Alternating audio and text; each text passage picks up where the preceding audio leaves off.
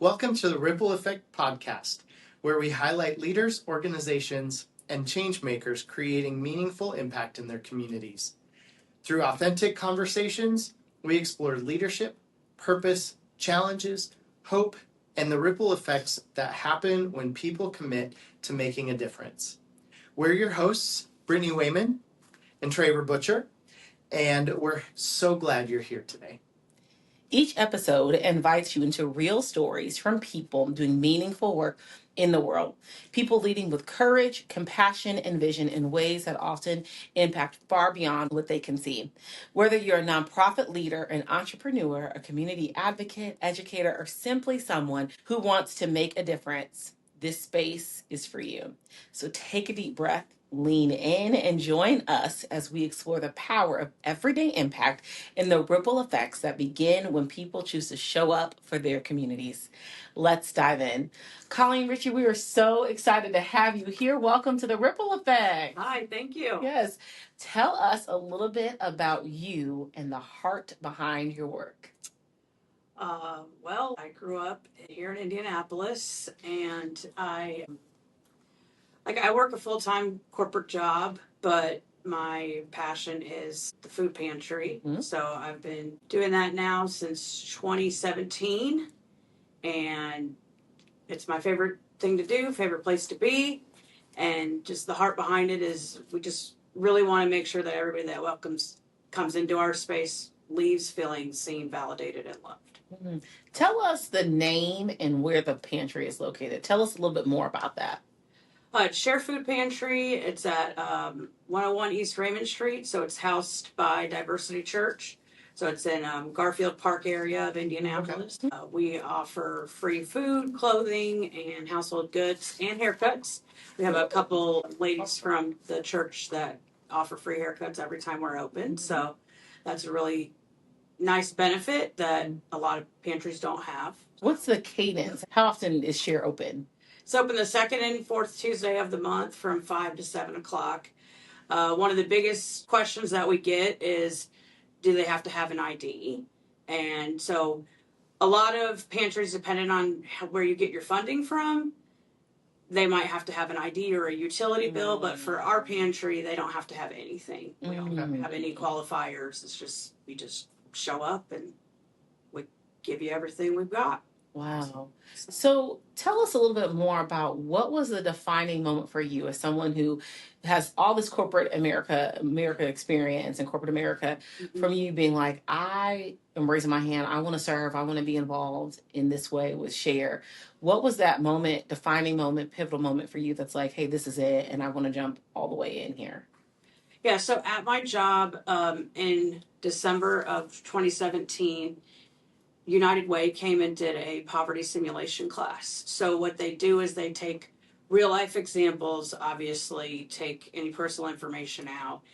And we were given scenarios of, this is your budget, these are the bills, make it work, right? And then in the scenario that I had, then the next month the income was gone, but it's still like, make it work. And so my eyes were just very much open about how people can be trying super hard, working full time, and it's just not enough to make ends meet. And so they can be living below the line of poverty, even though they might be trying, harder than somebody else. Yeah. And so for me, my eyes were just so open with that I just was like, yeah, I'm just going to, volunteer at the food pantry. So I started volunteering there consistently December 2018, and then December 2020, I was actually asked to lead the food pantry, and so I've been leading it since then, and it's just, my passion project. So. That's awesome. Who do you see are the people that have been most impacted by your work, and what do you want for them? So I would say two different groups of people. So a lot of single moms come into our space and they're impacted by the work, not only because of the food that we're able to give, but also the clothing. Children keep growing, and so they constantly need clothes. Listen. And clothes are expensive. I actually have a friend who always says that she wishes she could give her daughter disposable clothes because they're not going to stay in the clothes for very long. So a lot of single mothers that were able to help in that way, and also with the haircuts, because if somebody has to choose between food and a haircut, they're not going to choose a haircut, right? But we all feel more confident when we feel like, we're presentable, more presentable. So that, and then also because we do not have any barriers to entry, that if somebody is brand new to the country, then they can come to our pantry and they can receive immediate resources. So we have had a few times over the years where we've had that happen, where it's like, okay, we're able to get you food, we're able to get you clothes, those kind of things. So those are kind of two particular groups of people that stick out. Yeah, that's awesome. So you may have mentioned this. So you have food, clothing, and then the haircuts? And and household goods. I missed the clothing part if you said that. So Awesome. We're really blessed. Well, it started with people from the church donating clothes, but now, I get clothes donations all the time. Like from people at work, people that knows, people that know me, that know somebody, whatever. So awesome. We are currently busting at the seams with clothes. And we have men's, women's, children's, infant, shoes, household goods, just various things that are donated, and it's all free of charge. That's cool. So tell us about what success looks like beyond metrics, because there's so many people that you serve. So beyond the numbers, beyond the metrics, what does success look like when, from your perspective as, being the director of Share? What does success look like for you? For us, I would just say that it's ultimately the goal is to not have people be in our line for years, right? So we want to do what we can to help people get out of our line, or maybe be on the other side of our line, and helping. So anything that we can do to help them be, not be in a poverty situation, and that's what success would look like for us. That's great. I love that. And we do have quite a few people who started in our line, and then now they help volunteer all the time. Or we have some that do both, like they volunteer, but they also still need the resources of the pantry and different things like that. And then also we are, housed and funded and by Diversity Church. So ultimately for us, like, nobody has to go to our church to come to the pantry. They don't have to come on a Sunday. There's no qualifications at all. But ultimately, we do want people to know and see and feel the love of Jesus and become part of our church community as a result of, feeling the love of Jesus at the food pantry. So. Yeah, I love all of the things that you offer. It's almost like a one-stop shop. The people can go there. They're like, okay, I can get, food. I can go get a haircut. I can go get some clothes for my kids. And as a parent, with growing children, I just bought my son new shoes like 2 months ago. And he was like, my feet, look on my toes, And I was like, no, I just bought you these shoes, and there's like hardly any scuffs on them. They're so new. So as a parent, I can appreciate that it's like a one-stop shop where people can go. And then what I also heard you say was that it's a place where people can get spiritually fed too. So it's a space that if people are looking for maybe prayer, or if they're looking for some community, then they can also go there for that. So to that point, share with us, maybe if you have some stories about some people that have come from the line to serving in the line. Tell us some stories about the ripple effect, because that's what this podcast is called, the ripple effect. In case y'all don't know, the ripple effect. But tell us some stories about the ripple effect of what Share is doing within the community. Okay, so, I have a few stories. Well, buckle up. We're ready. So, the very first one that comes to mind is the most recent example that I would say is not necessarily somebody who's not still in the line, but the ripple effect. So a single mom that got my number through 211 back in October. And she had left a domestic violence situation. And so she had gotten into some safe housing, but she had her and her son. She had gotten my number, and she had reached out about getting some food.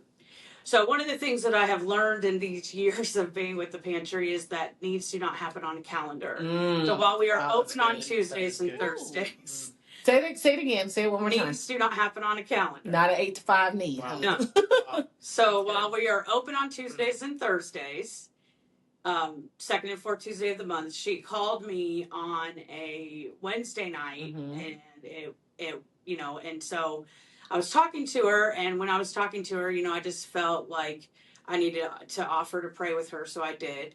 And then the next day, she was like living right by the church at the time. Wow. So I went to the pantry and I got her food, rather than saying like, hey, we're not going to be open for 2 more weeks, which sometimes, you can direct people to other pantries. There's a lot of apps for that and stuff like that. But I just really felt like I just needed to get her resources as quickly as possible. So, so I did. And then she had started coming to our church, and she's gotten connected with a small group. And then our North Campus has a daycare. Tell us where the North Campus is. 71st and Keystone is where it's at. I was like, it's at 71st and Keystone, friends. I have the other one memorized, but I don't have the address memorized. So, so she got a job at that daycare at our North Campus, and then she was able to establish her own housing for her son, independent housing. And then when she did that, that was in March. Then people from our pantry.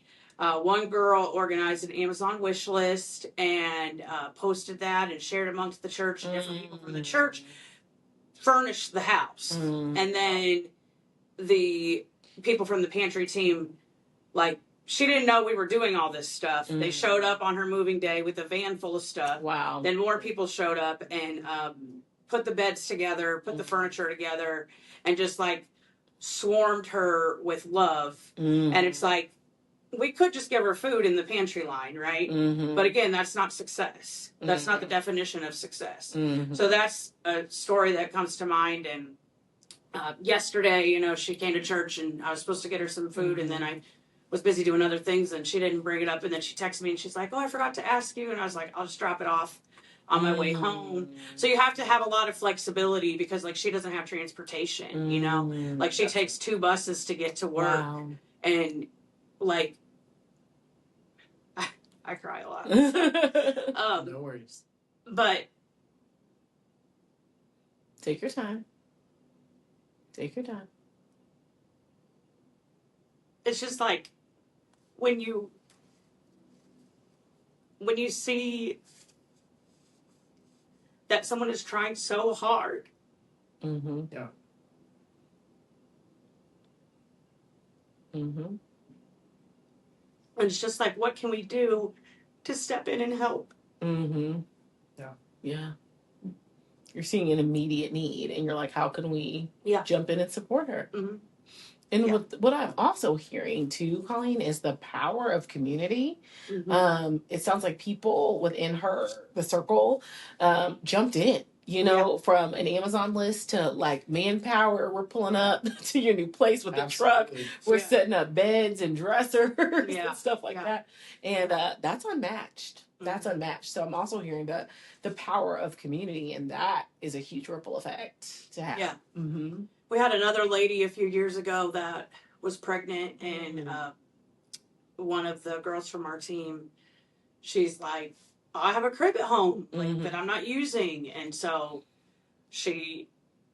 her and her dad went to this lady's house and like put the crib together and provided her with this crib, so we have just, so many years is just story after story. We've had people that have been in the line, and then their circumstances have changed, and now like they donate to the food pantry. Wow, that's powerful. Their time might not allow them to be there, but they donate financially to the food pantry. So it's just really great to get to be part of all of that, part of all those stories. That's powerful.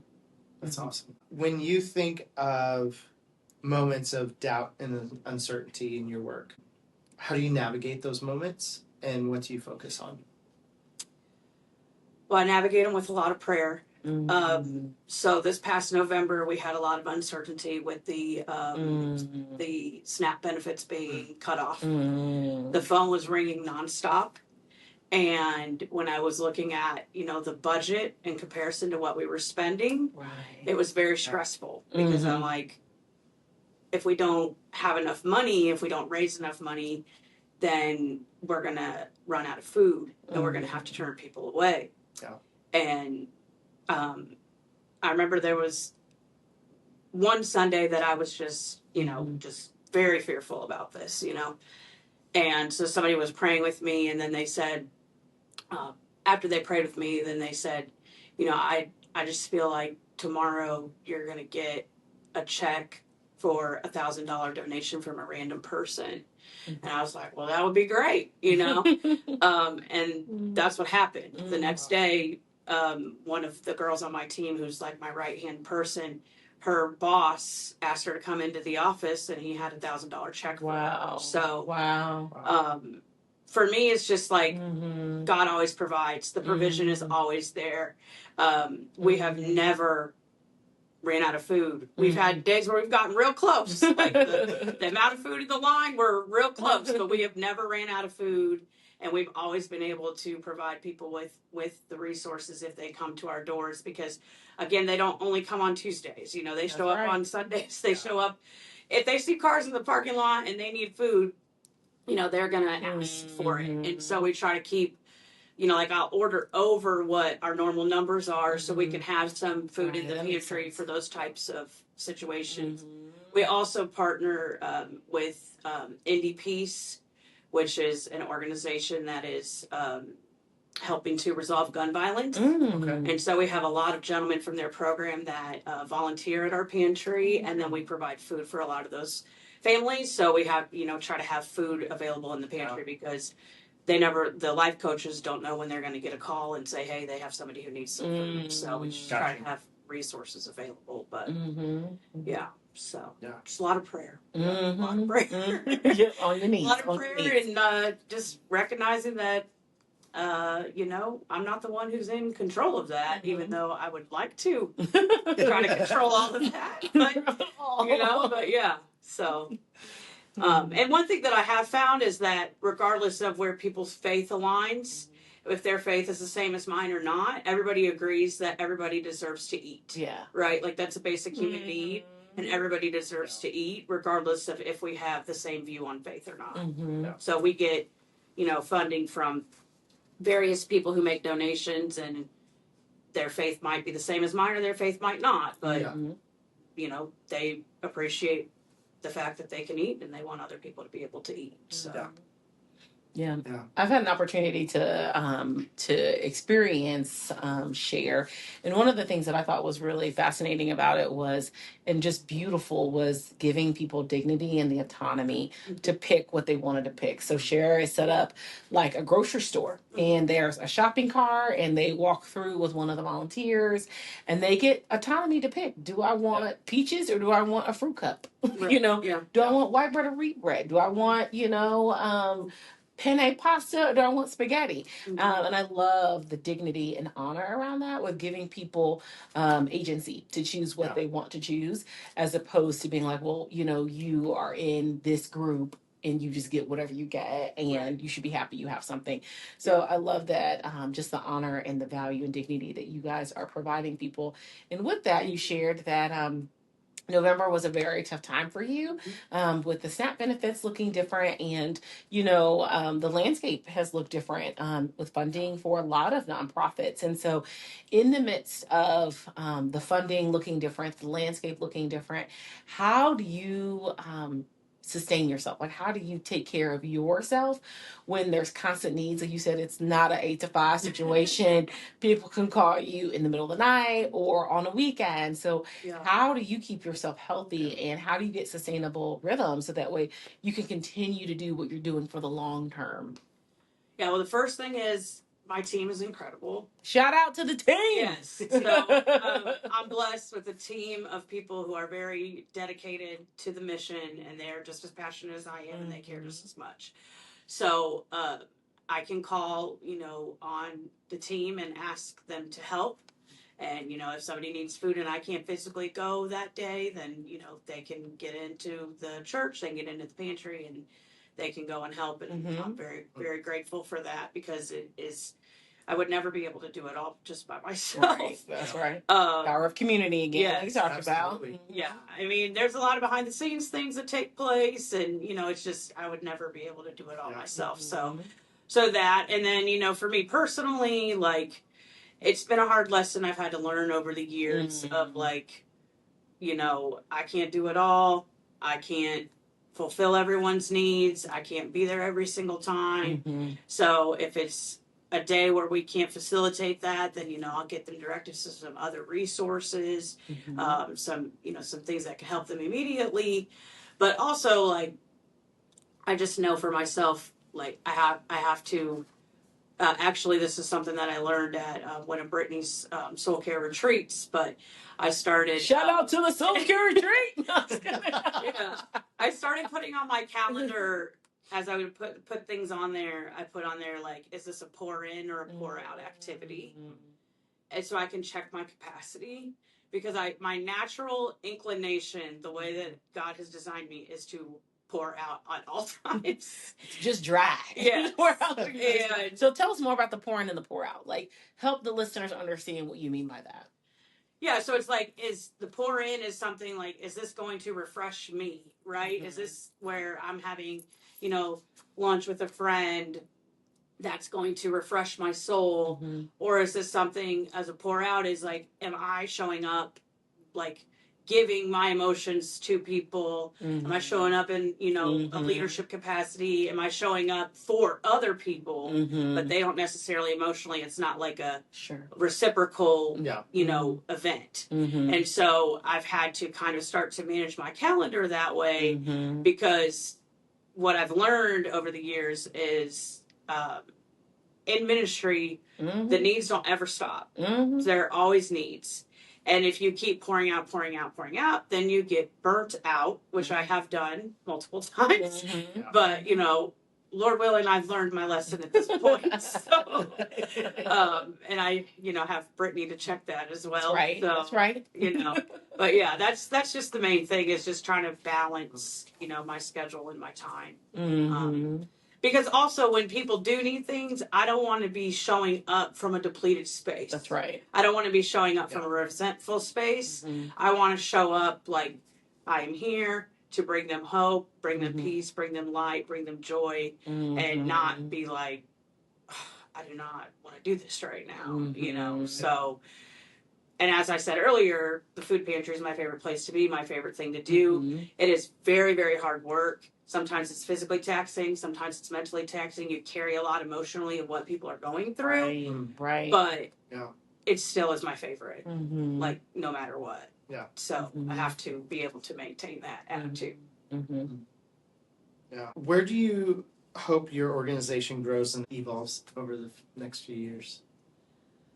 So my God-sized dream is to have a community center where we are not only offering people the items that we offer now, but I would love to have different classes to help people break the cycle of poverty, whether that's budgeting classes, resume writing, interview, skills, apprenticeships. So if we have somebody in our church that's an electrician, then, somebody can learn from them, or mechanics, hairstylists. So we can give people life skills so they can, have jobs and create a living from that.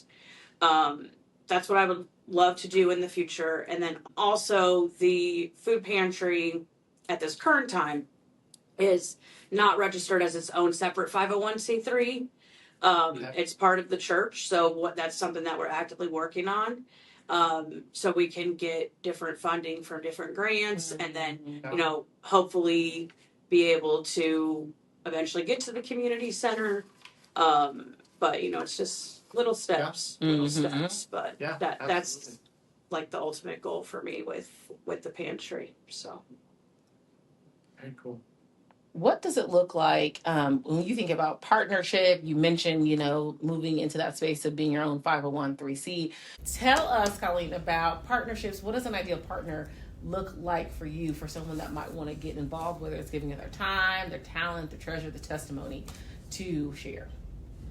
Yeah, I think just somebody that either has time to volunteer, or if they have any sort of resources, if they have, if they can teach a class, to, provide a life skill, if they can provide some sort of funding, if they can, teach interview classes, resume writing, there's so many ideas of things, but ultimately an ideal partner is somebody who's connected to the mission of the work, because it's not convenient some days, it's just not convenient. You've had a long day, you don't want to go, and you're tired, you want to go home and sit on the couch, but to be connected to the mission and to the outcomes, then that's what keeps you going. And so that would be the ideal partner for us ultimately. But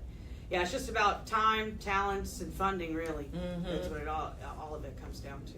So if someone's like, hey, I could teach an English class on a Wednesday evening, that you would be like, we got you, come on, we can do this. Like, that would be an ideal person for you. Yes. Or if someone's like, hey, like, I have time during the week, can I unload a pallet, or can I organize something? Yes. That's a person. Maybe someone that's like, hey, I'm willing to give up my Tuesday evenings, the second and fourth Tuesday. So you're open to people who have margin during the week, or on the days that you host Share, people that can do things behind the scenes and also up front with people, correct? Yes, because we pick up food from Gleaners, and then we have another partner that we pick up food with. So the food pickups do not happen on Tuesdays. Those are other days. Yeah. Then we pick up food from Aldi on Pantry Day. So I've got people that are with me at Aldi to pick Shout up out to food. the team again. Yep. And then I have a pickup team. We have a setup team. We have a team that's there on Pantry nights. There's just so many different moving pieces. We have some people who can't donate their time, but they, donate some food, or they donate some money, or, we have some people who do all those things, so, I have a lot of people on my team that are retired, and to me, they're just like goals, because I'm like, I would love, to be retired and be volunteering here and volunteering there and volunteering there, and so, and they're really gracious with their time, and I'm grateful for that. So, it's just a lot of moving pieces. That's awesome. And you have to have a larger vehicle to do any food pickups. I bet. Yeah, So, that makes sense. What's one thing that you wish more people understood about your work? I would say just people who are in poverty are actually trying. There's a myth that people who need to use a food pantry don't work, and that's not accurate, especially in today's economy. The grocery bills, from even me looking at our receipts from one year to the next year. I remember September of last year, I looked from September to September for one pantry session. It was a $700 increase. Wow. And there's just this misconception that I think there's a couple misconceptions. One is that people want to be in poverty, and most people that I talk to don't want to. And then the second is that people just don't try, and that they don't work, and that's inaccurate. We actually have one lady who got a job, and as a result of getting that job, then the pantry hours don't work out for her. But if we stayed open 15 more minutes, then she can make it after work. So I'm like, well, then we'll stay open 15 more minutes. Even if it's just myself and one other person there, we'll stay open 15 more minutes. And that's, I would say a lot of the people that we come into contact with comment on just how seen they feel at our pantry, and they feel like our goal is we don't want anyone to feel like a number. We want people to feel like a person, and we get to know them. We understand their circumstances. We'll write down prayer requests, and we also get to share in the praise reports with them. But if people are trying. A lot of people just think that they're not, and it's just simply it's just not true. You know, people are very much trying, and we just live in really, really hard economic times right now. And so I think two things that I say when those kind of questions come up, because I talk about the food pantry everywhere I go. So like, people are always asking me questions. Okay, like I was literally in Florida in January, and I was talking to this lady about the food pantry, and I had known her for like 5 minutes, and she ended up giving me a donation because she felt led to. But I was just, she asked me how my day was going, and you know, I said something about the food pantry because it was when we had the winter storm. We had to cancel the pantry because Aldi didn't get their food, and you know, and I was a wreck about that, you know. But anyway, so what I explain to people when these kind of questions come up is I just, it's not so much of the perspective of like, let me judge what this person is doing, what choices they've made in the past that have led them there. But it's more about, let me just be grateful for the blessings that I have. And then when it comes to food, if you've never struggled with food insecurity, then you don't understand the luxury that choice is, right? So you don't understand, like, oh, I have food at home, but I don't really want to eat that, so I'm going to pick this up, you know? And so I try to just kind of reframe people's minds into understanding the blessings that they have, and then being grateful that they're not in the spot where they have to be in that line, but how can they impact people so the people that are in that line this week can hopefully, you know, not be in that line in a month or something like that. Yes. And I remember during that November time frame when things were just really scary for food and all that stuff. I remember a conversation that I had with you where it was very helpful. You reframed a lot of thoughts around the food. That's like, hey, like, you know, we are so thankful that like we have food to eat. We have a microwave. We have an oven. We have you know, tools to cook the food. We have different seasonings that we can throw in the food to flavor it up and to, you know, make it savory. We have tools. Like I've got a spoon. I have a can opener. Like I have all of these tools things. To store the food. Yeah, like all of that. I have a refrigerator. I have you know, Colleen makes fun of me oftentimes because I've got a deep freezer, and I'll put, you know, I'll go and, you know, there's a sale on something. I'm like, I'm clearing the shelf. I'm taking all of it because there's a sale, and I'm gonna put it in my deep freezer and everything because I'm like, these prices are crazy, and so I'm like, hey, if I can keep my grocery bill low the following week because I'm not buying, you know, chicken or protein, then I'll do that and everything. But it really helped me be thoughtful and thankful that they have the luxuries of all these things when it comes to food. Not everyone has a deep freezer where they can clear a shelf of chicken. That, by the way, I think is buy one, get two free at Kroger this week, you know. But anyways. Maybe not when this is actually. Not when this airs, but watch for the sale. Occasionally it'll come out.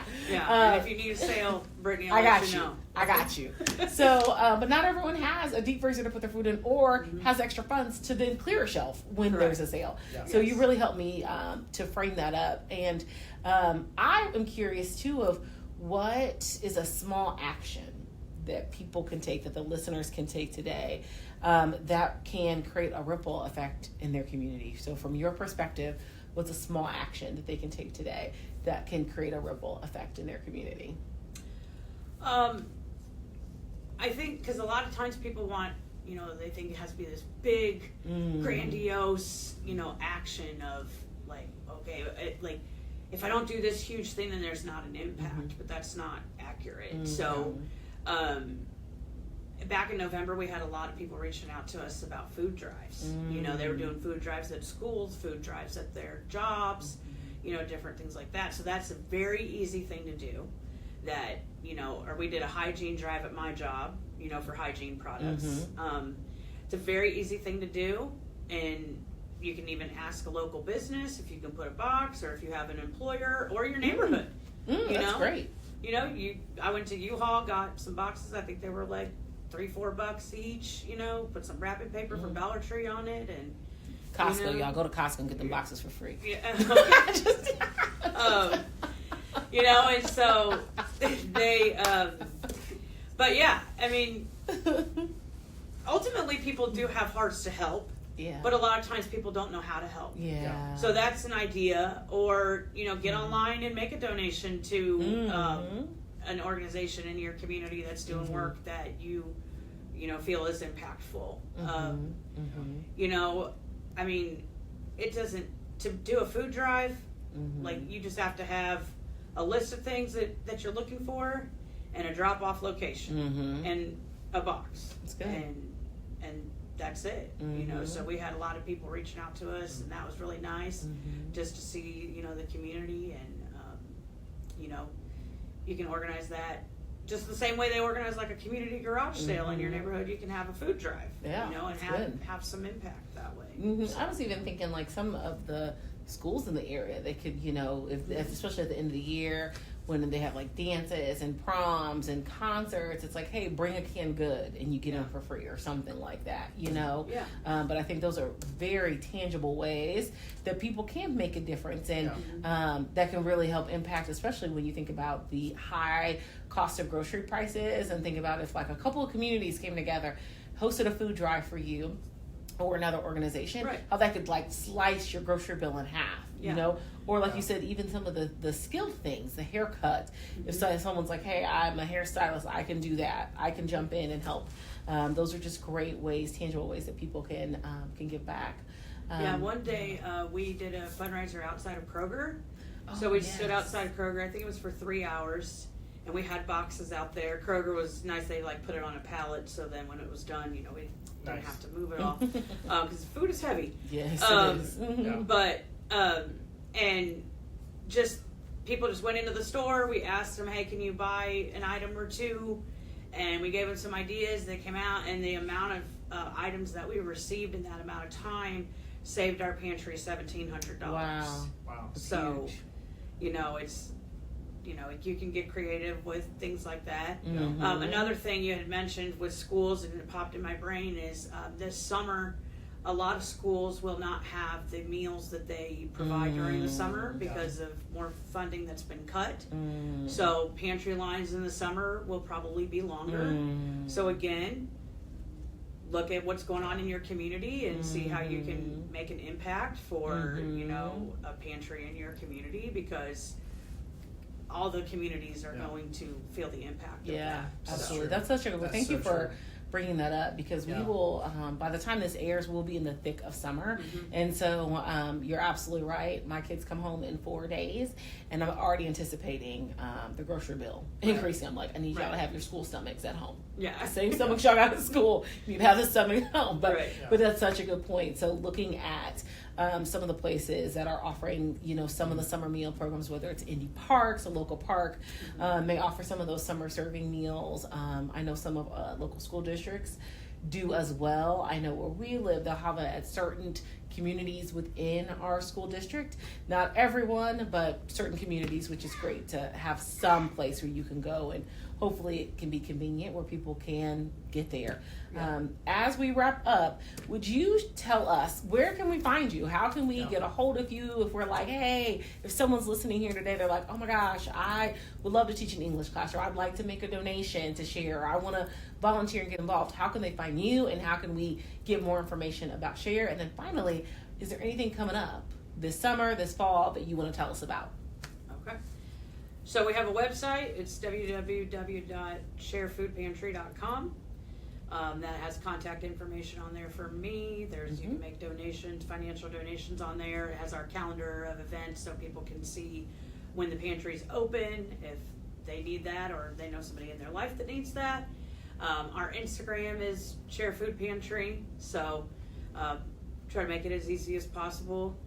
And then as far as like events coming up, we have something May 30th, but this will air after that. So, but for Thanksgiving, we always have the Thanksgiving outreach. So it's the Tuesday before Thanksgiving, where we give out full Thanksgiving meal kits, so the families can cook their own Thanksgiving meal at home. Turkeys and and everything. Cornbread and everything. It's everything. That's awesome. So they can go home and make a Thanksgiving meal for their family. And so that's like our biggest event of the year that we do. And It's another one takes a lot of moving pieces and donations and things like that, but it's very fun.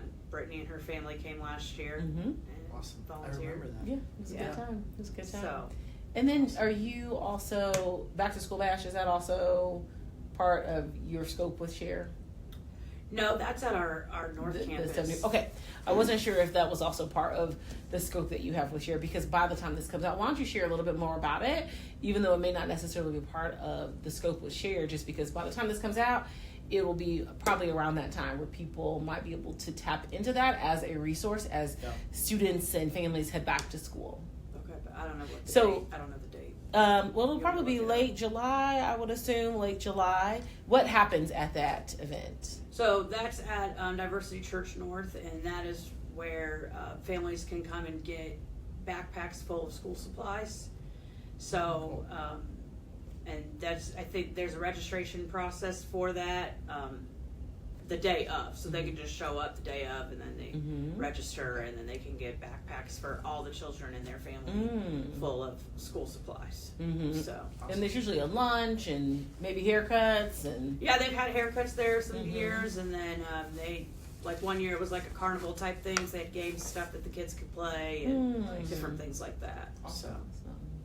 So be watching for, or look out, go to Diversity Church for that? Yes. Okay. Yeah, Diversity Church. The North Campus, Yeah. on the North northeast side of Campus. town near 71st and Keystone. So, Colleen, we are so grateful that you took some time out of your schedule today to hang out with us and to share your story and your heart around the work that you're doing. So be sure to check out Share, follow Colleen, and share on social media. Check out the website. Be sure to subscribe so that way you can get all of the information with upcoming events with Share. And, you know, who knows? Maybe you'll be teaching an English class. Maybe you'll be helping out with supporting resume writing and interviewing skills. So thank you so much, Colleen, for your time. And we'll see you next time on The Ripple Effect. Absolutely. See ya.